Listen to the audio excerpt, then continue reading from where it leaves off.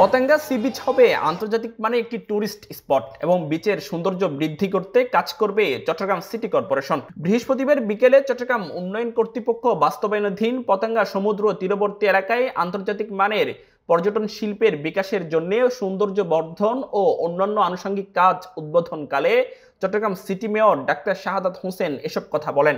আরো অনেক পর্যটন কেন্দ্র আমরা কন্ডাক্ট করার প্ল্যান আছে। এখানে একটা ইকো রিসোর্স আমরা করতে চাই in future, restaurant as well as যাতে পার্কিং স্পেস যাতে থাকে, এবং মানে একটা আন্তর্জাতিক বিনোদন কেন্দ্র হওয়ার জন্য যেসব ফেসিলিটিস এনশিওর করা দরকার, ইনশাল্লাহ আমরা ইন ফিউচার করার চেষ্টা করব।